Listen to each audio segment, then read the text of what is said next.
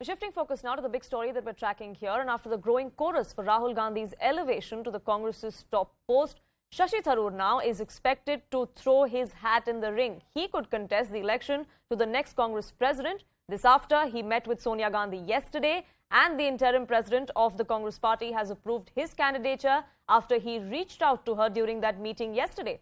Meanwhile, Rajasthan Chief Minister Ashok Gehlot is also expected to file his nomination to contest for the top job of the Congress party and is perhaps going to be the choice of the loyalist camp or of the Gandhi Parivar. If that happens, the contest will be between Gandhi loyalists and the G23 in the form of a Gehlot versus Tharoor contest.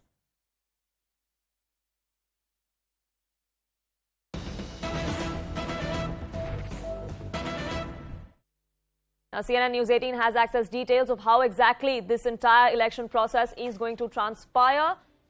Series of events are going to take place in the run-up to the actual election happening, an election that perhaps could see a contest between Gehlot and Shashi Tharoor.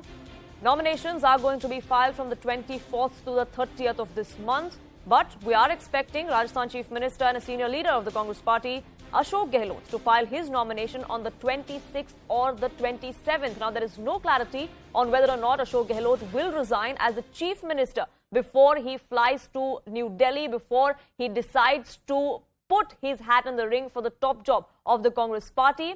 But we're given to understand that it is expected to happen sometime on the 26th or 27th of this month. And most Congress leaders have been asked to come down to the AICC headquarters here in the national capital to publicly file their nomination.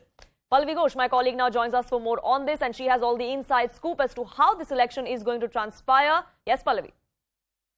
Yes, it's going to be very, very interesting. I can say this much.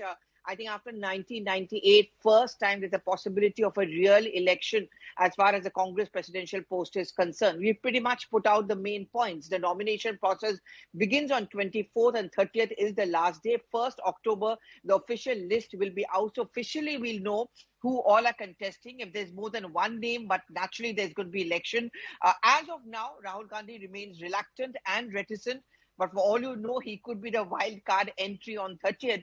But several names have been doing the rounds. Ashok Gehlot certainly is the front runner, because what the Congress party hopes is solve two problems at one time. One, of course, is to have a Congress president. And second, of course, is finally have some closure to the Pilot versus Gehlot fight in Rajasthan. So it'll be interesting to see then who becomes the CM, because it's also one man, one post kind of a diktat within the Congress party. Shashi Tharoor, very, very clear that he wants to contest, will take a final call.